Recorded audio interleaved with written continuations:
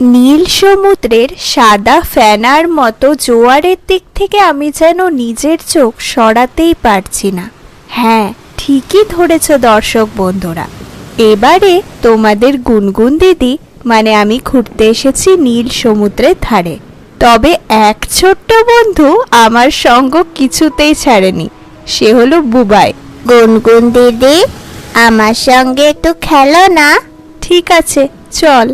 সমুদ্রের ধারে আমি আর বুবাই যখন বল নিয়ে খেলা করছিলাম, তখন হঠাৎ দেখলাম সামনে কি যেন চকচক করছে। কাছে যেতেই দেখি যে সেখানে একটা ইলিশ মাছ পড়ে রয়েছে। গুনগুন দিদি, এই যে আস্ত একটা ইলিশ মাছ গো, কিন্তু এ বেঁচে কি করে আছে? শুনেছি ইলিশ মাছ ডাঙাতে এলেই মারা যায়। সত্যিই তো, এই বেঁচে আছে কি করে? বুবাই, তুই এখানেই থাক, আমি আসছি। কিছুক্ষণ পর ইলিশ মাছটাকে জল ভরা পাত্রে রাখতেই সে খুব জোরে জোরে কাঁদতে লাগলো। কি হয়েছে তোমার? তুমি অমন করে কাঁদছো কেন? আমি কোনো মাছ নই গো, আমি রূপসাগরের রূপকন্যা রূপসী। এক মায়াবী রাক্ষসী আমাদের রাজ্য আক্রমণ করে আমার এই হাল করেছে। আসলে সমুদ্রের গভীরে খুব সুন্দর একটা রাজ্য হলো রূপসাগর। সেখানে কোনো ঝুট ঝামেলা অশান্তি কিছু ছিল না জানো। কিন্তু সেই সমুদ্রের গভীরে দীর্ঘদিন ধরে পড়ে থাকা আবর্জনা থেকে সৃষ্টি হলো এক রাক্ষসীর, এবং সে দখল করলো সেই রূপসাগর। সেই সমুদ্ররাজকে বন্দি করে আমাদের ওপর নানা রকম অত্যাচার করতে লাগলো। এমনকি কি সে আমার বোনকেও গিলে খেয়ে নেয়। দুষ্টু রাক্ষসী, তুমি খুব অন্যায় কাজ করেছো। আমি কিছুতেই তোমার এই সমস্ত অন্যায় মেনে নেব না। বাহ, তোর দেখছি খুব স্পর্ধা। কিন্তু না, তোকে তো আমি মারবো না। তোকে আমি এমন এক জায়গায় রাখবো যেখান থেকে তুই আর কখনো রূপসাগরে ফিরে আসতে পারবি না। এই বলে সে আমাকে একটা ইলিশ মাছে পরিণত করে রূপসাগরের বিপরীত প্রান্তে এখানে ফেলে দেয়। এতক্ষণ আমার মায়া শক্তির জোরে আমি নিজেকে বাঁচিয়ে রেখেছি। তা তোমার আসল রূপ ফিরে পাওয়া কি আর সম্ভব নয়? হ্যাঁ, ওই রাক্ষসীকে জব্দ করা আর আমার আসল রূপ ফিরে আসার একটাই মাত্র উপায় আছে। কি? স্বর্ণ শঙ্খ। অতল জলে থাকা ওই শঙ্খ কোনো সাধারণ শঙ্খ নয়। ওই শঙ্খের ধ্বনিতেই রাক্ষসী জব্দ হবে ও আমি আমার পুনরায় স্বরূপ ফিরে পাব। ঠিক আছে, আমরা তোমার সাহায্য করব। পরের দিন ভোরবেলা আমরা মাছটিকে নিয়ে বেরিয়ে পড়লাম। গুনগুন দিদি, আমরা তো সাঁতারও জানি না, একা একা যাব কি করে? কিচ্ছু চিন্তা করো না তোমরা, আমার বন্ধু কুটাস তোমাদের নিয়ে যাবে। আর আমার মায়া শক্তির দ্বারা তোমরা জলের মধ্যেও শ্বাস নিতে পারবে।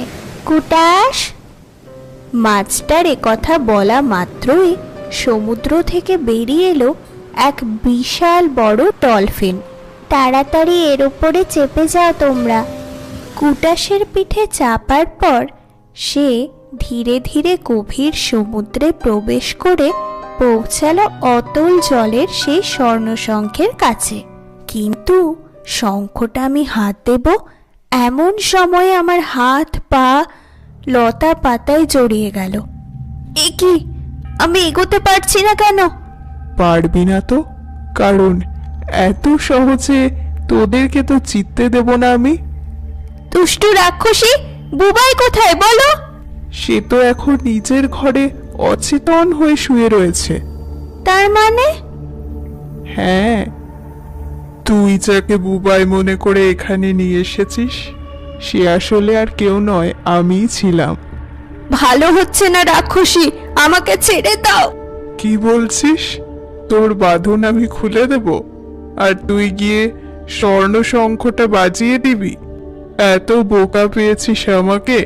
তুই কেন, কেউই আর শঙ্খটা বাজাতে পারবে না, আর আমারও কেউ কোনো ক্ষতি করতে পারবে না। না, থামাও, এই কিছুতেই হতে পারে না। হঠাৎ দেখলাম এক সুন্দরী শঙ্খটা বাজাচ্ছে। সেই শঙ্খধ্বনি শুনে রাক্ষসী তো ভস্ম হয়ে গেল, ও রূপসীরও রূপ ফিরে এলো। তারপর সে আমাকে এখানে পৌঁছে দিল, কিন্তু সেই অপ্সরাকে সেটাই বুঝতে পারলাম না। ও গুনগুন দিদি, কি ভাবছো গো?